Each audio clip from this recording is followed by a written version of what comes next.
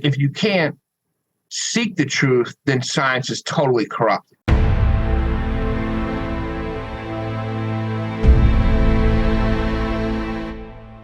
Welcome back to Mind Matters, everyone. I'm Harrison Cayley, joined as usual by Elon Martin. Hello. And Adam Daniels.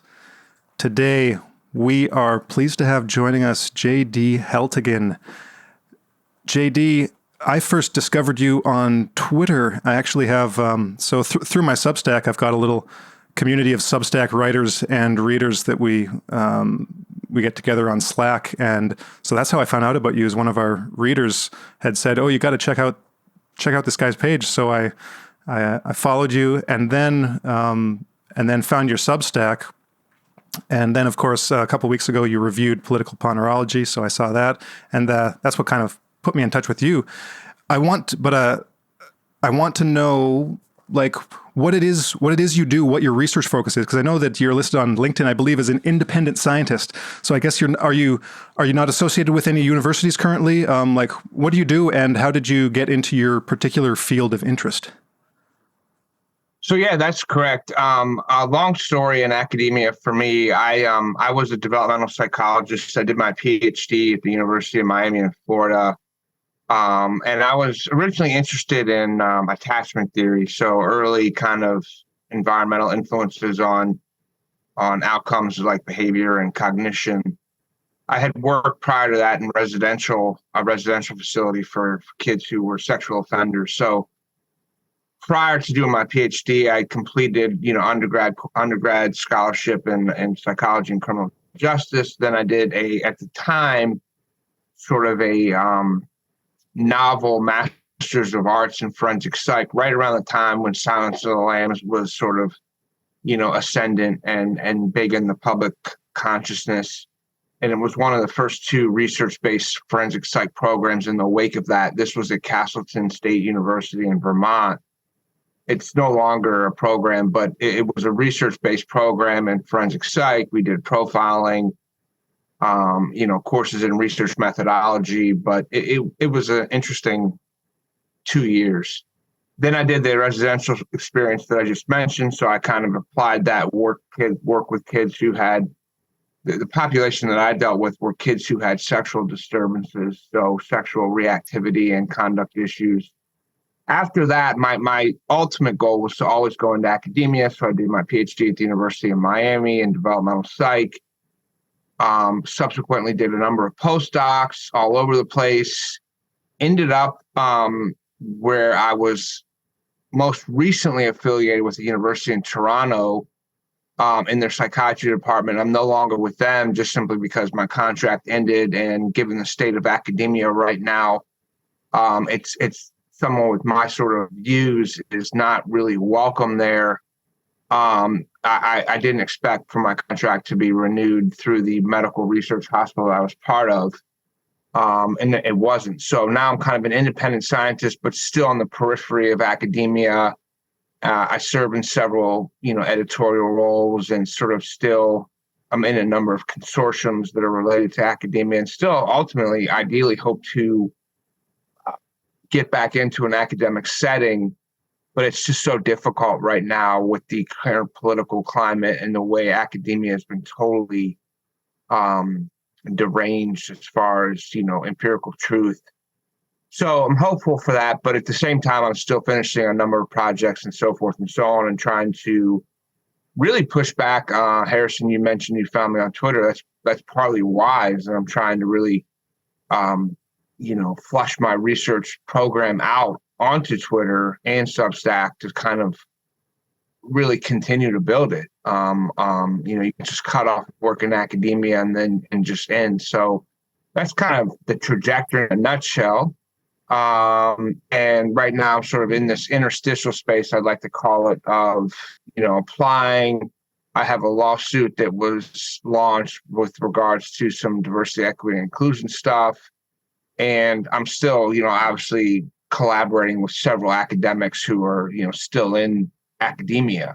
They're just anonymous on Twitter for obvious reasons. So that's kind of the,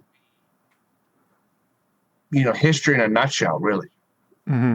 Well, maybe you could talk about what you mentioned about the academic climate, or the climate in academia in general, and well, maybe in particular in psychology. So what has been your impression of when you got the difference from when you got into the field to now? Like what has changed, and how have you noticed it change? And was there a moment when was it like a frog boiling where it just happened gradually, or was there a moment in time where it seemed like it came out of nowhere? I'm interested in kind of like an insider's view on how this was, like an insider's perception on how this all played out. I've reflected on that myself quite a bit. Now, I went into when I really went into research academia when I started my PhD at the University of Miami in Florida, and I was always interested in attachment and developmental psych. So that in and of itself is tracking more. You don't get a lot of masculinity in people who are interested in emotion, and babies and infants and moms and dads. So it kind of made sense to me at the time, but as time went on and I got more involved in attachment theory and my work began to move into more evolutionary psychopathology and biology and genetics, it became clear that there was an issue going on with regards to, sort of the dichotomy between lived experience versus universal truths that are grounded in empirical reality and biological principles. And the irony of it all is that attachment theory, formal attachment theory, as espoused by John Bowlby, is rooted in evolution. It's rooted in, ethology, which is sort of the study of comparative animal species. So it struck me as a little odd, kind of, thinking about that. There's different research traditions that look at attachment. One is a social personality tradition, which is a little bit more, you could probably say, not as grounded in the evolutionary biology end of it. It's like self-report, romantic questionnaires, and so forth. It's still grounded in theory, but it's a different class of researchers more broadly. So as my work moved on, and especially as my methodology skills sort of evolved, I got more into psychopathology. So the study of mental illness and psychiatric symptoms, which, if you think about attachment, one of the key features of attachment has always been, how do we look at early experiences as contributing to later mental disturbance or adaptation, as we like to say. So it makes sense, sort of linearly speaking, my trajectory. But once I got into psychopathology, this is sort of more around 2012, 13, 14, you started to see where things were going off the rails. And you asked, well, was there a moment, a threshold point where I started to recognize things were going off the rails? And I really would have to say back in 2013, 2014, when I was doing my last postdoc at the University of Ottawa in Canada, which I basically went there just to stay in academia, simply because, I couldn't get a job. I wanted to stay in the research setting. And that was the one opportunity that presented itself. And I'm a hockey player, so I might as well. It was really right around the time that Trump, as a political figure, became ascendant. And I remember sitting in my apartment in Ottawa doing my research, watching CNN. I'm from America, so it made sense. That's the news that I was following and stuff. And it was just remarkable to me to see what I was experiencing in the classroom. And Ottawa is a very liberal sort of, Canadian city. So it was like the juxtaposition was completely incredible to me. But it really was a reflection of what was happening in the West more generally, just more extreme in Ottawa. And then subsequent to Trump's election, things just went bonkers in academia. And then, of course, you had the George Floyd incident and reaction, which was basically the Great Awakening. And it's just destroyed and degraded everything that has to do with anything. Social science in general was always considered a soft science. It was a little bit more or less rigorous, quantitatively. But after that, it just got way off the rails, heavily disproportionate female dominated, which, I'll be accused of being a sexist, but I'm not. It's just the fact of the matter is that's going to obviously have implications for the work that gets done. And it's been a big, huge feature of a lot of the work that I've been trying to do. I mean, part of what we study in psychopathology is gender differences in symptom expression across disorders. Males tend to be more aggressive, externalizing. Females have the adolescent rise in depression and neuroticism. That's well-established empirical work. But denying that has had massive complications for everything going on from gender ideology to today you can see all of this reflected in today's SCOTUS ruling, which I've been tweeting about all day long. And that's kind of that's the trajectory that I've noticed. And I mean, it's gone completely off the rails in terms of DEI, who can do research, can you explore genetic race differences in constructs, or for that matter, of sex-based differences. And so if you can't seek the truth, then science is totally corrupted. Mm-hmm.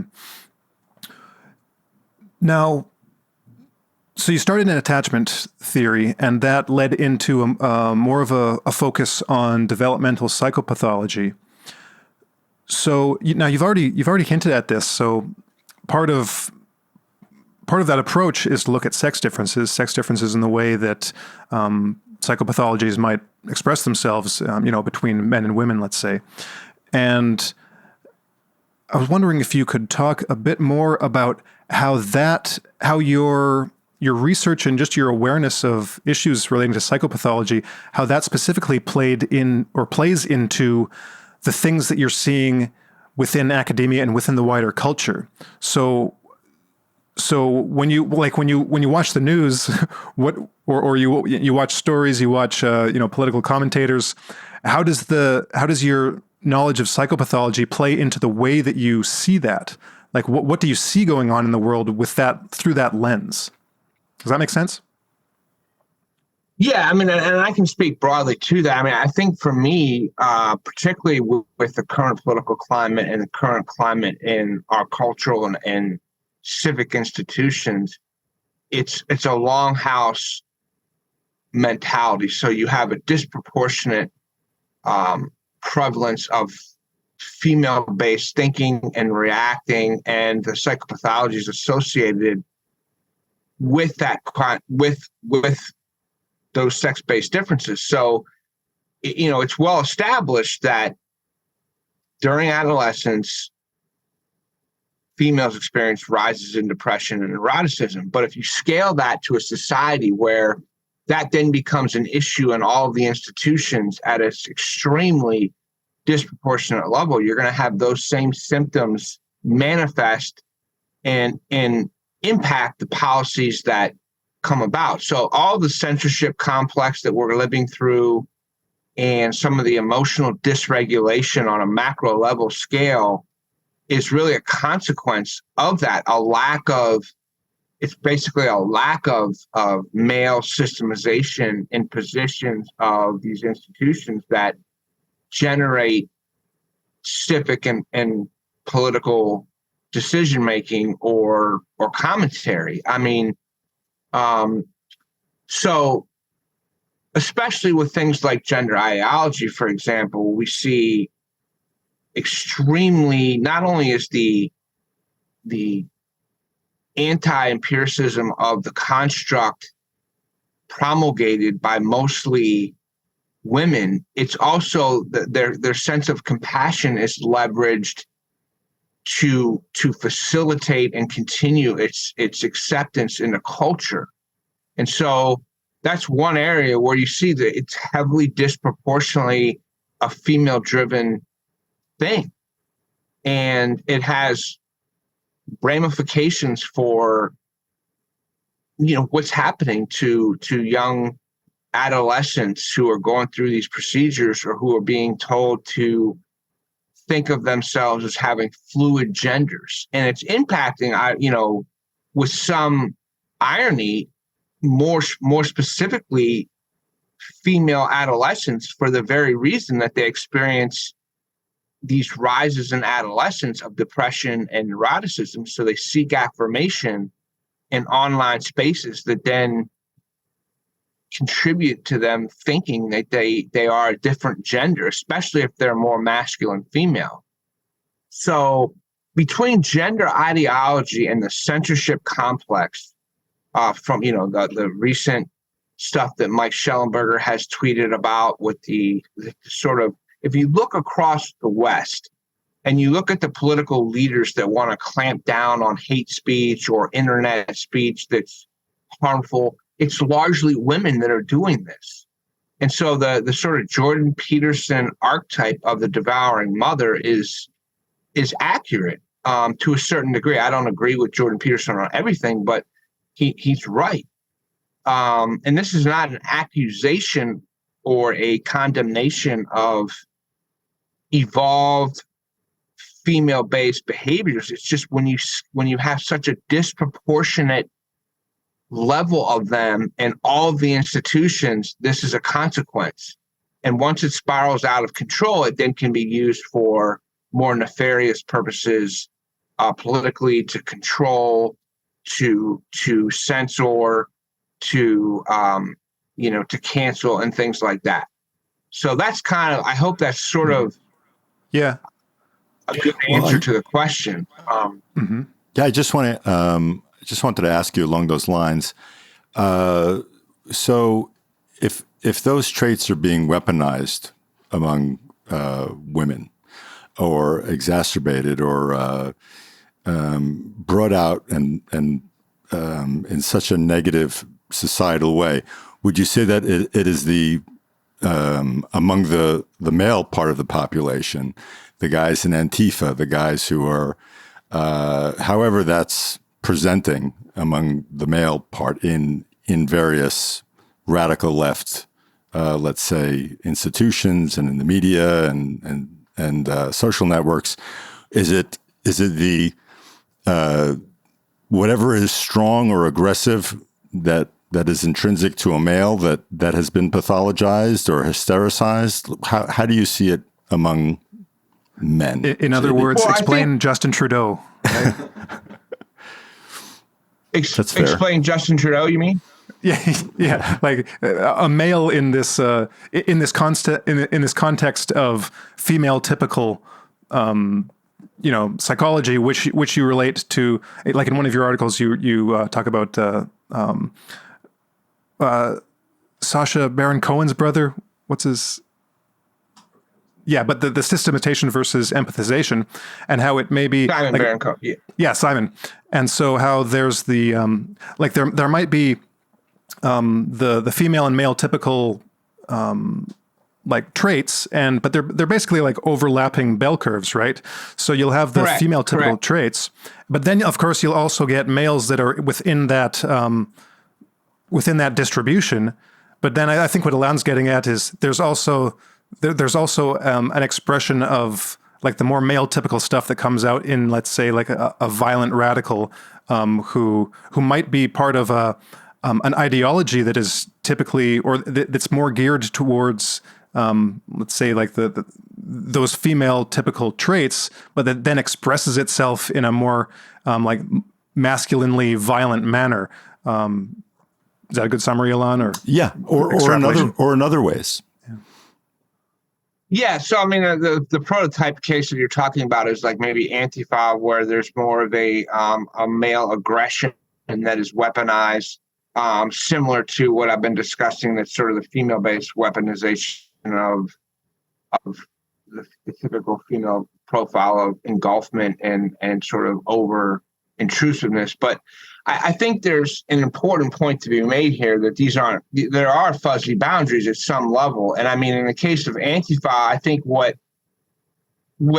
unites something like Antifa with something like the more feminine stuff that I've been speaking about in the censorship complex is that both are sort of characterized by a heightened state of emotional dysregulation at the extreme. So there's just sort of this neurotic compulsive aspect of both of them that seeks to control, and the expression is just different in different ways. So in the case of Antifa, where you have males who are just violent, they're still highly, emotionally dysregulated, neurotic. In other words, in both cases, there's some underlying trait psychopathology that is common to both, that gets expressed in different ways.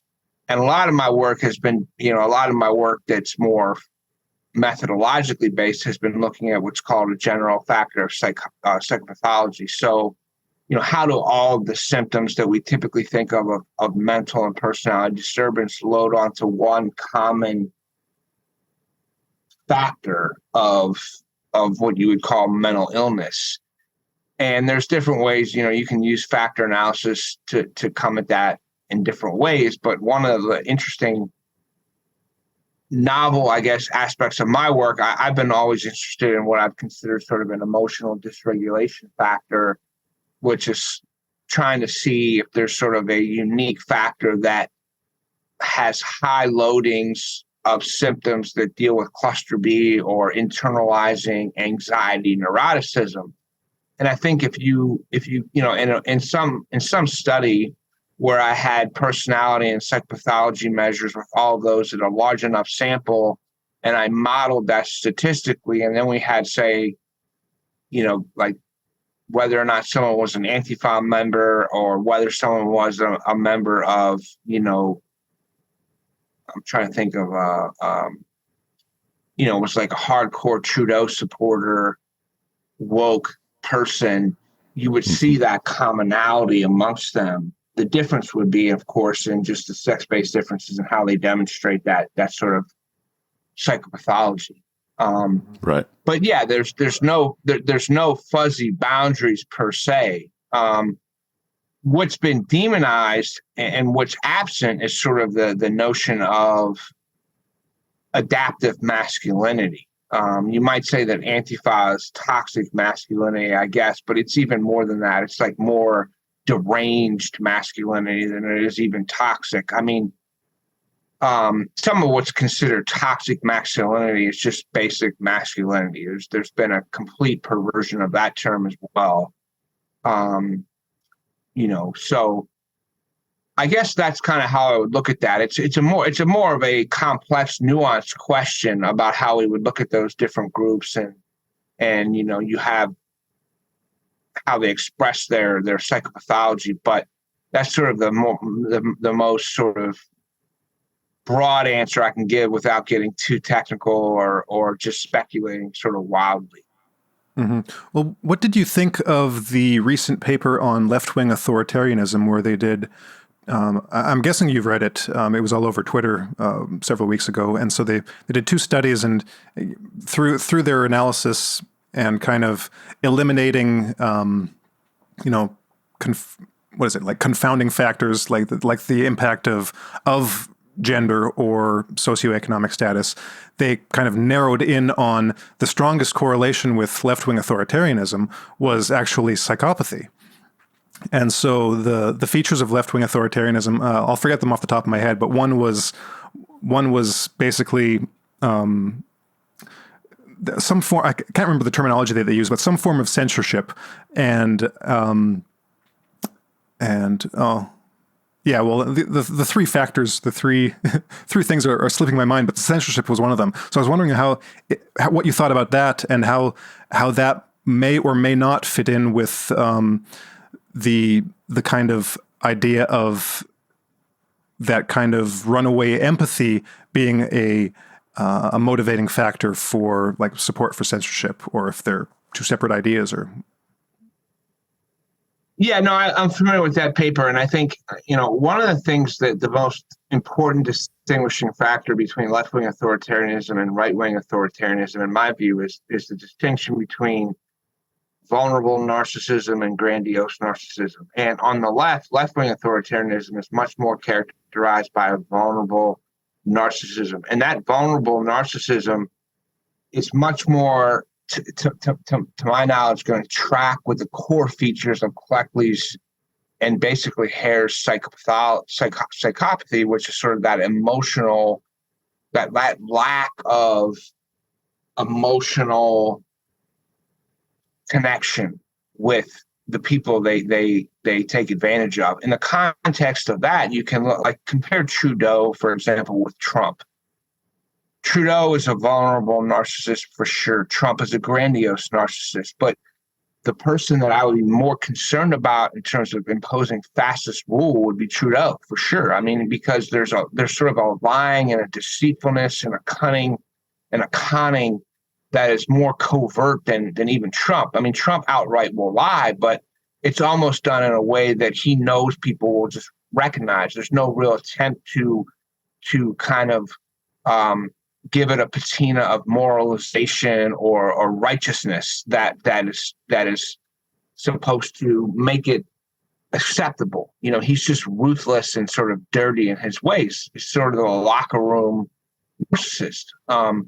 But in terms of left-wing authoritarianism, it's much more cloaked in moralism, cloaked in this sort of, we're doing this for your own good, when in reality they don't care about you. They don't have any effective connection with you. That's a complete moralization. So you have both, in both cases, you have narcissists that lie, but it's really only the one of them that cloaks it with this sort of moralization and empathy and we care that is a complete lie. And so I see that as tracking much more in line with Cleckley's notion of psychopathy than someone like Trump, who's just more antisocial than anything else. And that's the difference. And that's really what people don't understand about psychopathy, is that they often confuse it with antisocial personality disorder. Yeah. And that's part of it, the rule breaking, the sort of disregard for laws. But the core feature of psychopathy, at least as Cleckley has defined it, and really with Hare's PCL, is that effectiveness, manipulativeness, deceitfulness, conning. That's really the core of it. Mm-hmm. Well, that so brings... they lie with impunity, and they lie and saturate that with moralization, and almost in a way it's like it's a double dip, right? They're lying, but they're saying the lying is morally justified. Well, several times in our conversation so far, I've been thinking of a couple things from Ponorology by Lobachevsky, and so I guess two things. So one thing he said, something you said earlier reminded me of this. He often talks about one type of psychopathology opening the door to a second type. And you hinted at a certain idea earlier about this kind of trait empathization that kind of goes off the rails, opening the door for something much more nefarious. And you can see this, so this ties into the second thing, which he talked about. This was in the context of ponorogenic groups. So these will be movements or political parties or any type of human group that becomes increasingly pathologized. That means, or ponorized. So a greater and greater number of people with personality problems or different types of psychopathologies end up populating this group, and the normal individuals get progressively either kicked out or they leave on their own. So you get this increasing saturation. And saturation. And one of the things he's said about movements of these sorts, because he was talking about this basically in the context of like the Bolsheviks and the communist parties in the early 1900s, leading up to primarily the Russian Revolution. And the point he made about this is that pretty much the way this happens, he didn't use the phrase, but it was through left-wing authoritarianism. It was through a social movement that he called it has like a great kind of humanistic and creative potential. So it's a movement that is concerned with social justice, with features that would appeal to the kind of compassionate side of humanity, the people that care about fairness and and social justice or people being harmed in some way. That's kind of the motivating factor. And so you get this, and because it's a large motivating factor, of course, because it's a basic human trait. That of course there's not everyone is as compassionate as others, but it's still a basic human trait. And so it's that trait that becomes weaponized. That trait in itself can be a problem if there's too much of it. You get kind of like the law of large numbers that you're talking about, where you have a huge concentration of this. But then that in itself, this relates back to the first idea, is kind of the problem that opens the door for the more Machiavellian, nefarious kind of snakes in suits, wolves in sheep clothing, the type of people that this psychopathic personality that will just take that and run with it because they know they can get support. They know they can get or they know they have to. The only way they can get support is to wrap themselves in the cloak of something that a large percentage of the population will get behind. And what better way to do that than something that is founded in the greater good and compassion and some great and noble social movement. Well, do you have any thoughts on that, or does that prompt anything in your mind? Yeah, no, absolutely. I mean, he talks about in his book the essential psychopath and the character path, and if you think about left-wing authoritarianism and left-wing political radical progressivism today, it's really a two-tiered setup. You have basically one or two regime controllers, essential psychopaths at the top, who then leverage the guilt and the empathy of largely female ground troops, activists. And so that's part of the deal, is they know they can weaponize that. And in his book, Political Ponorology,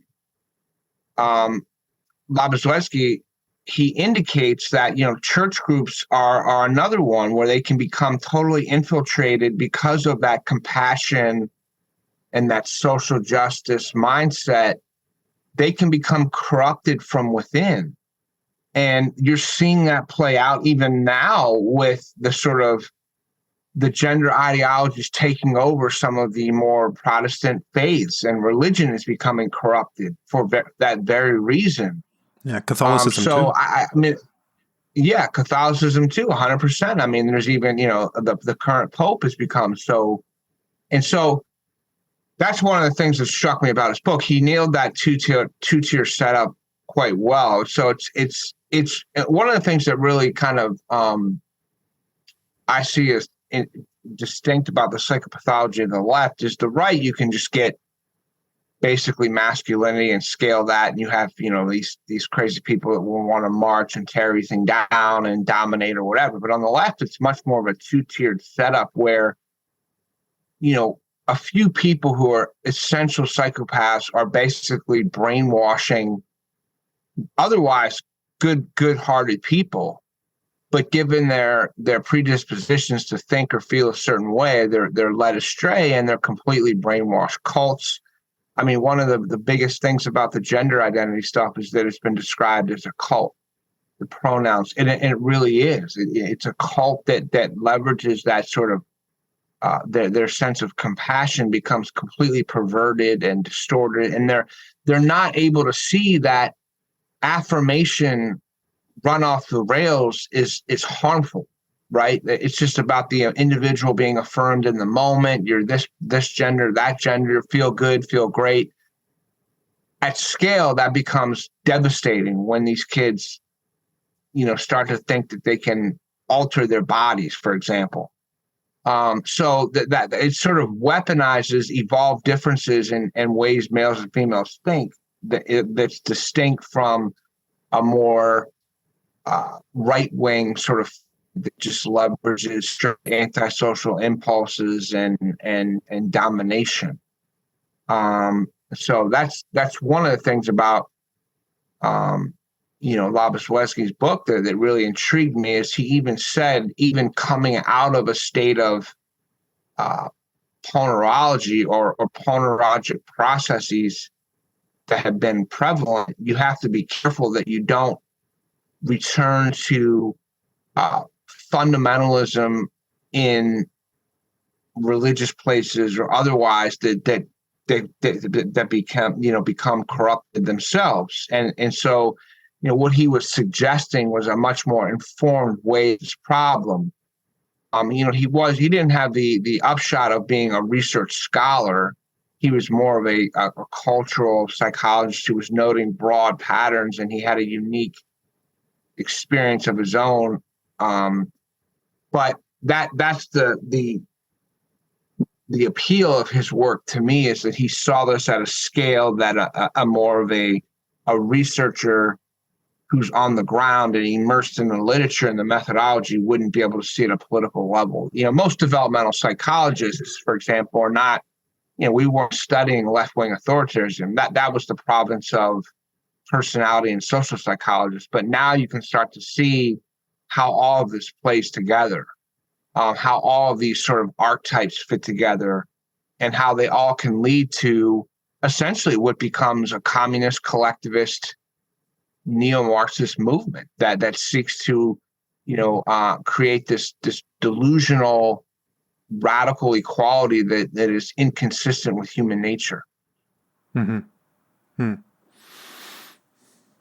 Well, I want to come back to the P factor, I believe it's called. I want to get in, maybe we shouldn't get too far into the weeds, but I just want to get into this a bit more. I know that a week or so ago you posted a new an article that you didn't write, but with reference to some of the articles that you've written in the past, kind of on this topic. And so this was by some other researchers positing, again, this P factor, this psychopathological factor, this kind of one overarching construct for which all other types of psychopathology are kind of factors. And so I think I didn't read the whole paper, but I think they were going into this idea of, I can't remember the guy's name, but it was the free energy principle, right? Yeah. Yeah. Can't remember the guy, but their idea was to relate all these forms of psychopathology to this, basically something that I've heard Jordan Peterson talk about in different contexts. It's this kind of the reduction of uncertainty. And so when that seemed to be the general concept that they were theorizing that everything could kind of fit under. And so so psychopathology would be kind of like an early adaptation to a set of disadvantageous like circumstances that would be adaptive in the moment, but then would become maladaptive in the future. That's at least what I got from reading the first couple pages. I'm wondering, what do you see as the theoretical basis for this P factor, and what did you think about this paper? Did it mesh with your research or your theory? Well, yeah, I think I recollect what the paper you're talking about had to do with canalization and sort of how, if you have a pattern of behavior that's repeated over time, it becomes harder to then be more plastic or more adaptable. So it really draws on the developmental biologist Waddington and his developmental pathways of canalization and genetic development. There's many. I mean, the P factor itself is just a statistical representation of how symptoms that we measure cohere statistically. So it's just a statistical representation of the symptoms. Now, you can interpret that conceptually in different ways. And in that particular case, the authors were taking a novel approach to thinking about it from, like you said, the free energy perspective. I didn't read the papers in depth, but I got a gist of a sense of what they were saying.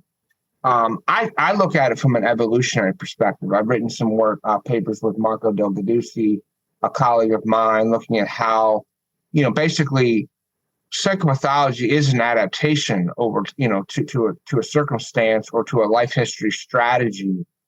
And if it becomes ingrained or becomes too unamenable to change, then it becomes particularly problematic.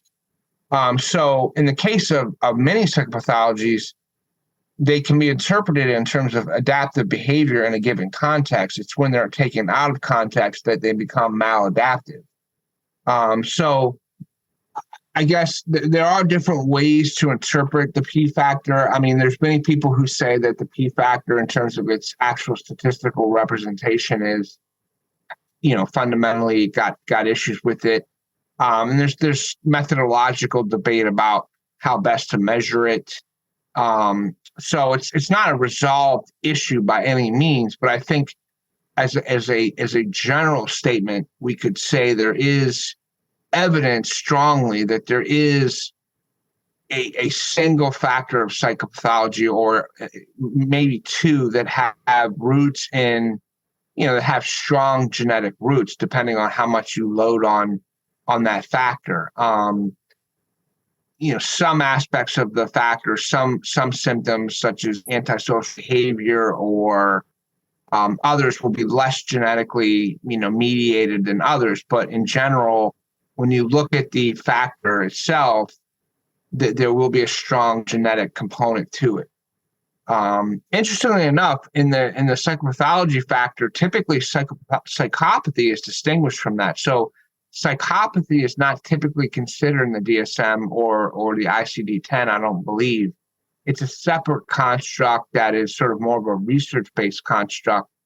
It has strong research lineage behind it, and it's well-respected gold standard measure, for example, Hare's PCL, but it's not, you don't typically index the P factor with any measures of the PCL. It's all more psychopathology in terms of antisocial behavior. You might have what we consider, or what we call, the Achenbach child behavior checklist, that has measures of basic antisocial behavior. But typically in a P factor setup, you won't have any indicators or symptoms that come directly from something like, Hare's psychopathy checklist. So there is some nuance there. Would you say that's a failing of that? I think researchers are now beginning to move beyond that. So personality measures are being incorporated into these P factors. So, typically the P factor started out, it's just common clinical psychopathology. And then researchers have been building in personality psychopathology, so Axis 2 stuff. And I think it really is an investigator-determined thing. So if I had measures of psychopathology, I could model that and call it a P factor. But I'm sure there's measures now that deal with callous unemotional traits that are self-report measures that get pulled into some of that work. I mean, the work is expanded greatly. But there might even be a paper that's published where the psychopathology factor does include something from the PCL. I don't know, but it's continuing to emerge and evolve. So what initially started out as the P factor definitely was a limitation. But I think by now we started to realize that, any form of psychopathology, whether it's personality or common clinical, it's going to load at some higher abstract level on one construct, one factor, more or less. Yeah, because when we think of, or when most people think of mental illness, they're thinking of, like I say, a person with a basic emotional nature, and that emotional nature kind of goes off the rails in some way, which we call, let's say, like anxiety or depression. It seems to be, you have this emotional structure, and that structure, there's turbulence within that structure. When you look at something like psychopathy, though, that doesn't really fit into that conception of mental illness, because it's not, it's an emotional disorder by subtraction, not by like shaking things up. There's that emotional component that becomes turbulent in what we call mental illness. Well, that's just not there. It's a cold-heartedness. It's a kind of a lack of emotion that characterizes psychopathy, and there's something similar going on with like some like autistic spectrum disorders and maybe schizoid personality, where there's this lack of affect, this detachment from the world. So it seems to me that might be a kind of like higher level division within the factor, where it's like you have the more unemotional expressions and then the more emotional expressions. And of course, because most people are somewhere on that bell curve of having some basic emotions, you're going to have this kind of small minority that are the ones that an ordinary person would categorize as just completely unemotional, because that nothing moves them. They don't feel that basic. They don't have that basic sense of humanity that we perceive in each other and in ourselves.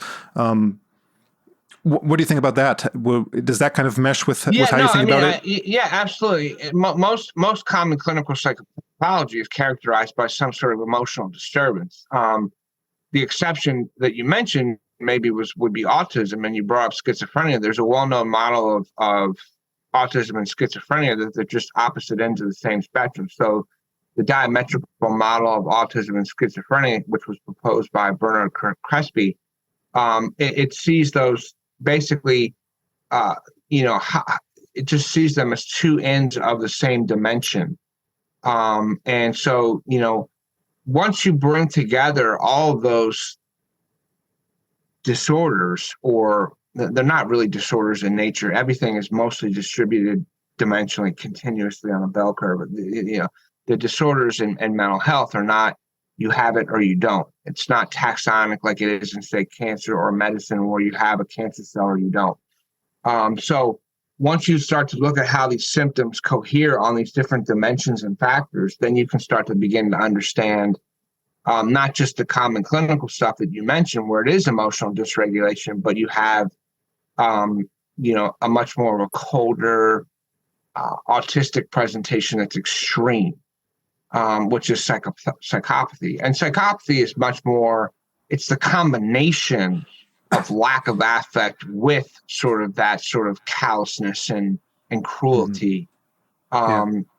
So, you can see just based on this brief discussion, there's a lot of work that still remains to be done to sort of chart exactly how things fit together. But in terms of left-wing authoritarianism, what you see at the top, in my view, is the more essential psychopath who then leverages that sort of emotional dysregulation and activist mentality of high neuroticism and empathy that just totally unspools to sort of lend credibility to whatever social justice or ponorologic process they're trying to shove down the throat of a nation state or what have you. So that's kind of how I see it, fitting more or less. Yeah, I think that's a good point. They leverage the essential psychopath who is totally affect-less. They still have cognitive empathy in the sense of they can understand the motivations of others. It's that more effective empathy that they lack. And so they then leverage the effective empathy of the people that they just kind of mind control, because they know they can manipulate them. And so that's how it plays out, sort of practically speaking. Now, I'm sort of shooting from the cuff here in terms of talking about how these detailed psychiatric symptoms might play out at the political level. But I think the more extreme things play out in the current milieu, the more you're able to clearly see this is accurate. And I think that's one of the brilliant aspects of Labozwetsky's work, was he saw this at sort of a macro level scale that nobody was really paying attention to because of the environment that he grew up in. And that's why you hear a lot of these people that come from other countries to the U.S., and even Canada, they say if they came from a communist country, they know what's going on is not good because they were in it. They know this, what's happening is not good.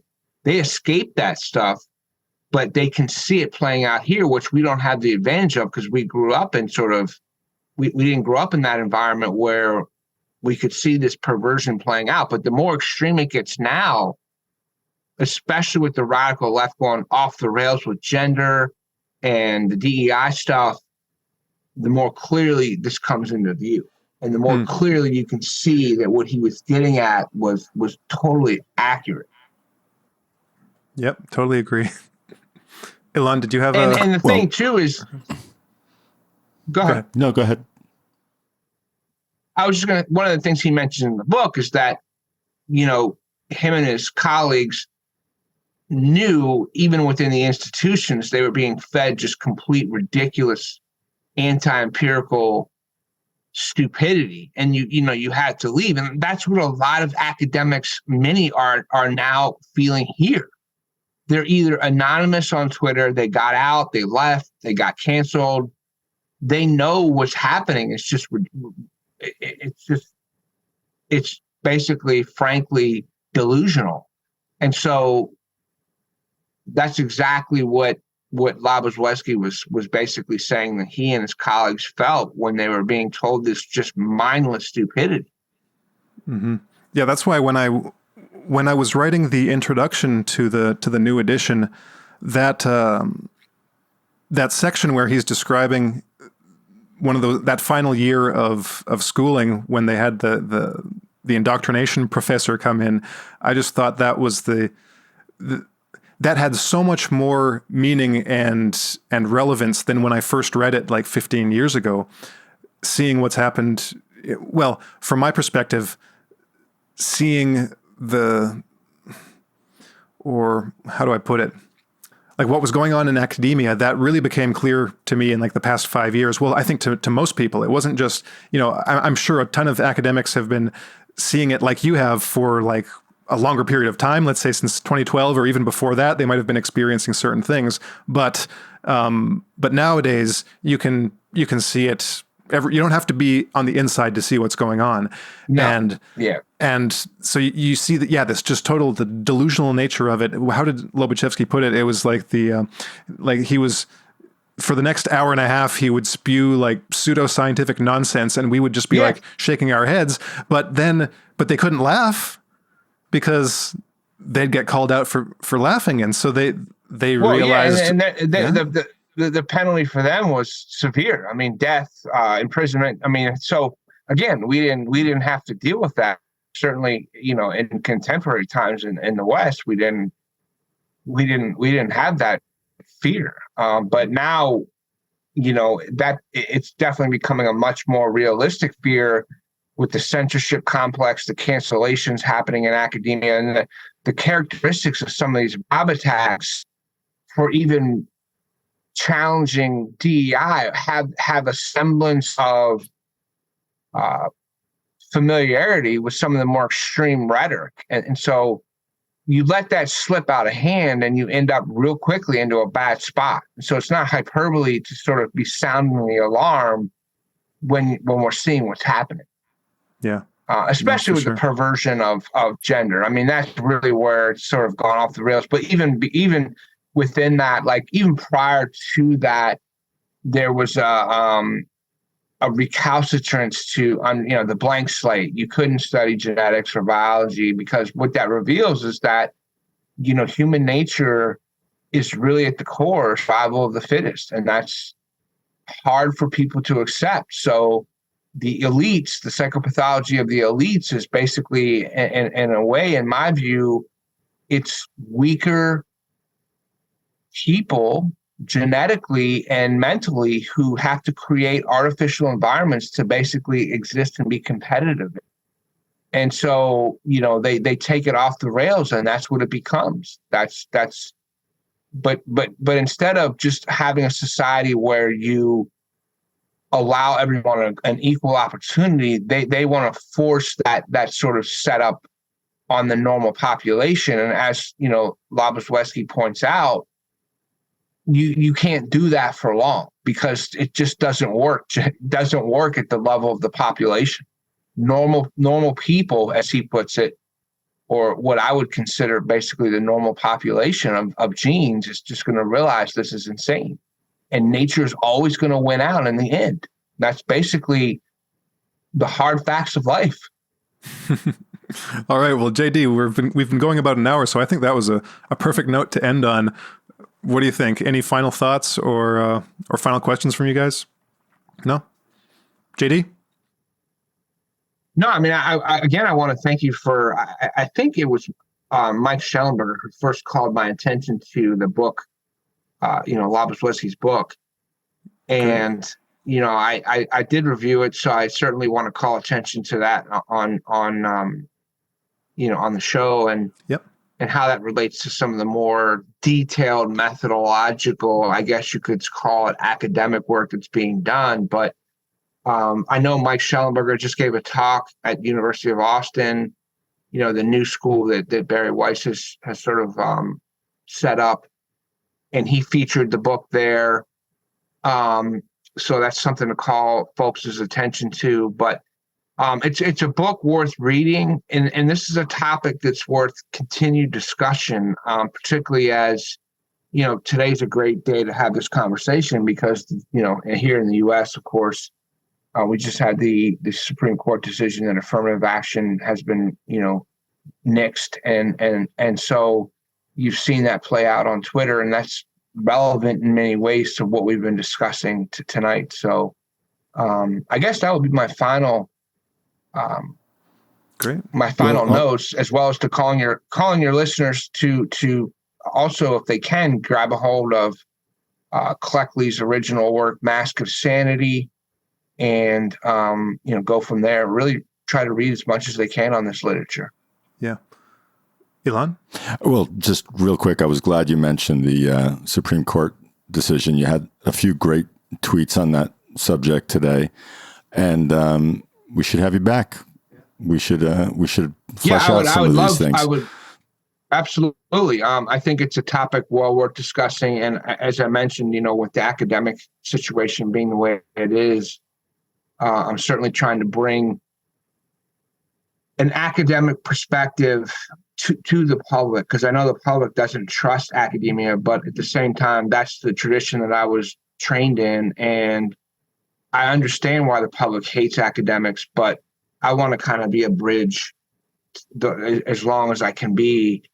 And as I mentioned, I'd ideally like to stay in academia. That might be a crazy thought, but the ability to do your work and to freely explore that and to write grants around that and to communicate that to the public is a gift. And, one of the worst parts about right now is that you can't do that. I mean, you can't do that because you're being censored or you're, so definitely would welcome the opportunity to be back on at some point. Great. And one thing that you, by doing that and by continuing to, take that truly academic standpoint, I think you're serving as a reminder of what the academy should be, or, what it used to be and what it could be in the future. Because I think that despite all of its problems, it does serve a purpose. Unfortunately, that purpose has been, corrupted from within, and it's very hard to kind of get a grasp on it in this current climate. But I don't think people should, to use a cliche, throw out the baby with the bathwater. There's a wealth of importance that comes along with science and knowledge and the kind of the institution of learning and of discovery. And I think that guys like you are, even if you're working independently, are kind of keeping that torch alive. So, thank you for doing that. And yeah, and I think one point, just as you were speaking, yeah. I don't mean to suggest that, there is some good that comes out of the compassionate mindset. Yeah. So I'm all for looking at social factors that could play into psychopathology. So it's not a matter of just focusing on, say, like deterministic biology or genes, even though that's something that I'm very interested in. But in any model, I mean, you're taught the biopsychosocial model is standard of how we think about understanding nature. And, if biology wins out, if you have different determinants in the model, let's say you have a model and you want to look at, heaven forbid, sex differences and racism, and you throw in psychiatric history, you throw in genes, you throw in sex, you throw in social roles, maybe because people think that it's social roles that condition females to be depressed. It's going to be biology that wins out, of course, but then you look at something like race and aggression or race and IQ, it becomes much more dicey. But I think we're at a point now, if human beings have evolved enough to really accept the truth, then we can have these conversations with some sensitivity but not lie about human nature. And that's really the key, is not lying about human nature. And not lying about human nature means you have to consider different factors for outcomes and think about how they play out. So. Great. And maybe that can be a topic for our next discussion sometime in the future, because I wanted to get into the biopsychosocial outlook on psychopathology in general. But thanks again, JD. For our listeners and viewers, we're going to include links to your pages in the description. So we'll have a link to your Twitter, a link to your Substack. Anywhere else that we should be directing people, or are those two good enough? That's the two right now that would be the best for me, is to get the word out that way. And, from there, everybody else, they can find out additional information from there for sure. All right, great. So thanks again, JD, and we'll talk to you again soon.